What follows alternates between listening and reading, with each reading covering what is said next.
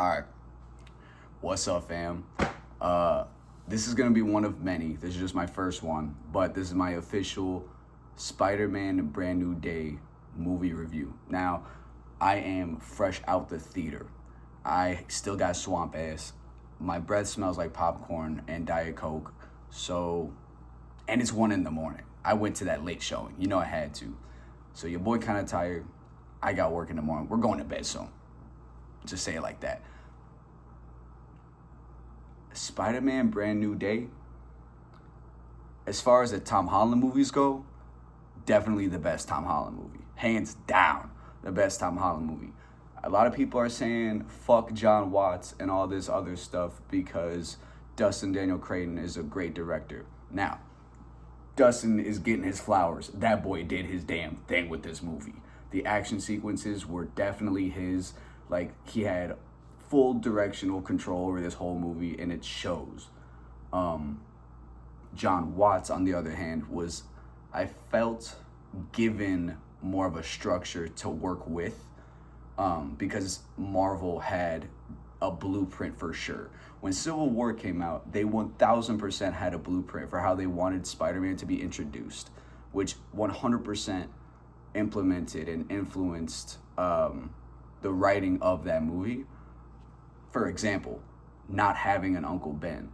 I can't speak for John Watts, but if I was in John Watts' shoes, even though it's the third remake of Spider-Man, there's not even a mention of Uncle Ben in any of the Tom Holland movies. So it's like, what are we even doing? Anyway, we're getting too ahead of ourselves. I'm not gonna sit here and totally say that John Watts did a terrible job. I just felt like he had his hands tied a lot more than Dustin did. And with a more developed character, Dustin took that and thrived with it. I think this movie is the best live action Spider-Man movie. And I am considering Spider-Man 2 in that. Now, I might be glazing. This might be that honeymoon phase fresh out of the theater, right? I'm taking that into consideration a little bit. And with that, I mean that Spider-Man Brand New Day is not a perfect movie by any means. The story is a lot less streamlined than Spider-Man 2. Spider-Man 2, it goes A, B, C. Spider-Man Brand New Day starts you off. That first like 5-10 minutes is sort of catching you up. And you're jumping back and forth from different side characters. You got Punisher, you got Hulk, you got the main villain who is very integral to every part of this movie. You have, I forget his name, the black gentleman who's in charge of the DODC. Like, all of these people, and you have a Yelena in there. Like, you're running around to all these different areas. It's very scattered, you know? That being said, for a almost 3-hour movie, it is nothing but gas. Pedal to the metal gas. I was skeptical when we started to introduce all of the side characters because I was very expecting it to be a Spider-Man centric movie. I wasn't hyped to see the Punisher in the trailers or anything like that, but they used the Punisher perfect.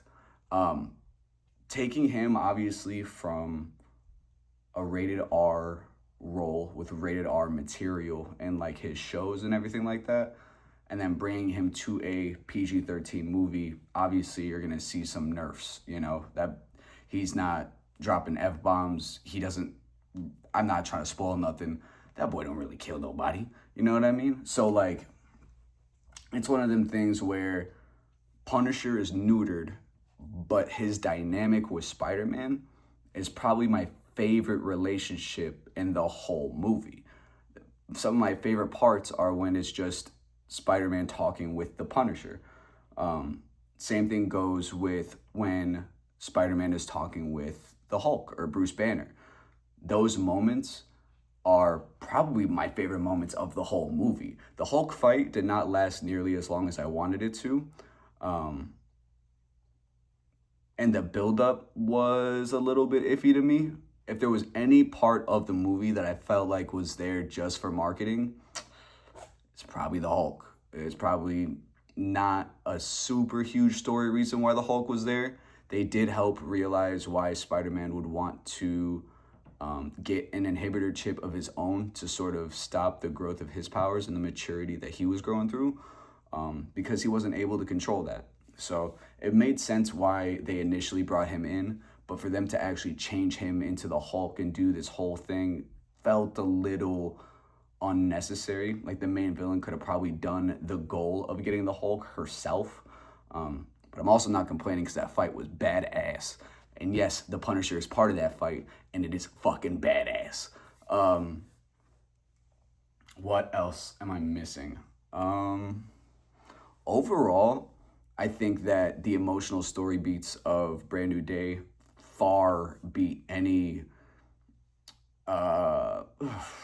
maybe not. See, Gwen dying was tough, bro.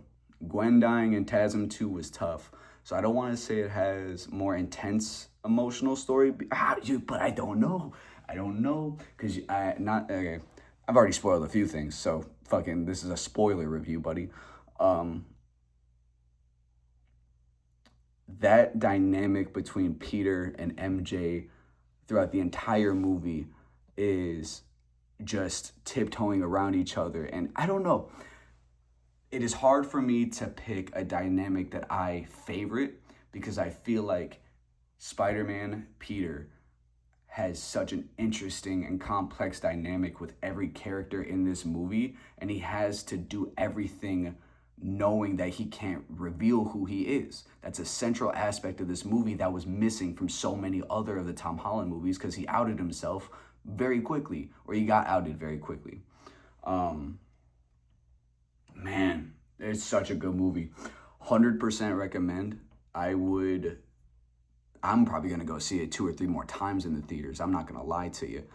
And if for some reason, in any universe, in any reality, that this video gets to the man, Tom fucking Holland, thank you and God bless. As a Spider-Man fan, from somebody who's been watching Spider-Man movies since, I swear to God, the first movie I ever saw in theaters was Spider-Man 3 with Tobey. But, like, as somebody who's grown up with this character and loves this character so much, could possibly be in my running for favorite fantasy character in general. He is, whatever. You get what I'm saying. I don't think any other person would have done this character justice had it not been Tom Holland. And that's just saying from the Hollywood standpoint. I don't, when we're talking about the best Spider-Man, I do want to consider how they treat that character. I feel like Tobey, although I feel like Tobey loved that character after the success, after they saw how big it had gotten, but Andrew had grown up on those. Andrew loved the character. Tom loved the character so much that he is putting the MCU on his back right now. Like this movie, Spider-Man, I can't even tell you. There's a reason why these movies make $1 billion, you know what I mean? And it's because the people, my cat is fucking up the cat tree. I'm sorry about this camera.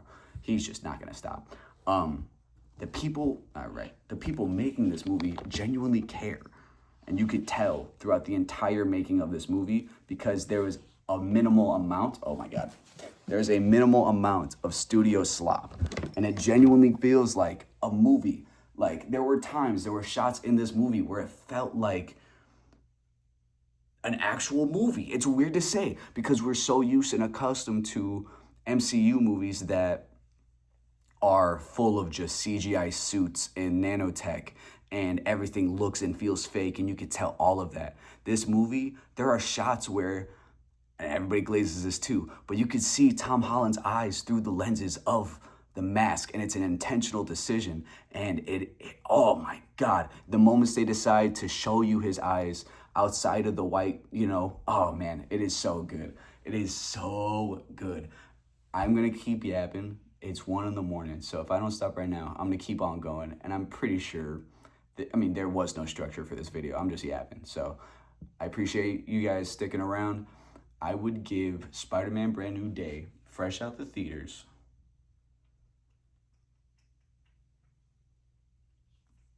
an 8.9 out of 10. Yeah, it's an 8.9 out of 10. The thing that stops it from being a 9, and this is the most spoilery part of the entire video, so if you got this far and you don't want to know the biggest fucking spoiler of all time, please click off. But the reason why it stops at 8.9 and not a 9.0 is because of the decision at the end. I think the last 3 minutes of that movie really hold it back from that point, from that 0.1 decimal. Let me explain. In the last 2-3 minutes of the movie, Spider-Man, Peter Parker, rather, goes into, I think it's a coffee shop. They buy beer and shit too. It's like convenient. It's a corner store, right? He goes in there. Ned is there, right? Now, this is the end of the movie. Peter feels like he should go up to Ned and sort of introduce himself as Peter, right? He does so, and Ned remembers him. Now, the reason why I don't like that is because prior in the movie, they also did something where MJ found Peter's letter. If you guys know what I'm talking about, there's that letter. If you guys don't know what I'm talking about, rather, there's a letter that Peter wrote to MJ at the end of No Way Home, and he didn't give it to her. He did not tell her and remind her of his existence at the end of No Way Home, right? So he had that letter and he kept it in that coffee cup. MJ found that letter and sort of pieced together that he was Spider-Man, sort of like how she did the first time. She figured it out the first time, she's gonna figure it out the second time.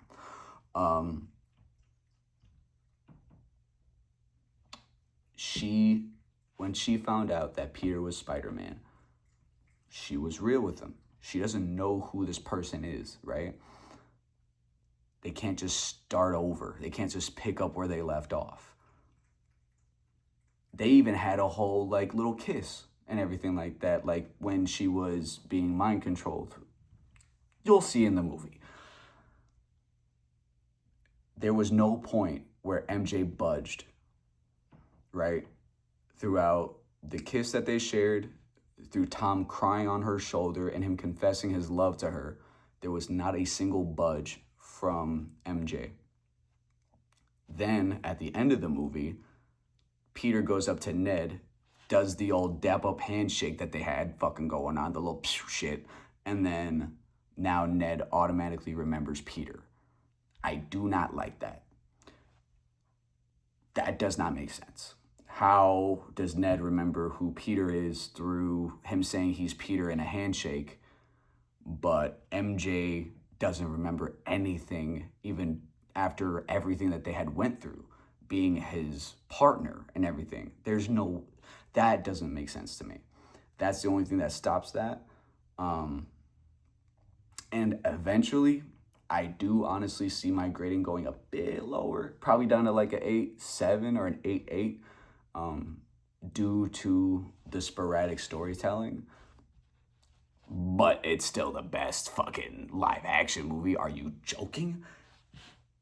I might have to eat my words. I'm already second guessing myself, fam. We gotta go through this together. Spider-Man 2 had such a good story. I have to rewatch it. Finishing off this video, I'm going to rewatch all the Spider-Man movies and then rewatch Brand New Day to give you guys an official tier list, okay? That's what I'll do. I'll give you guys an official tier list.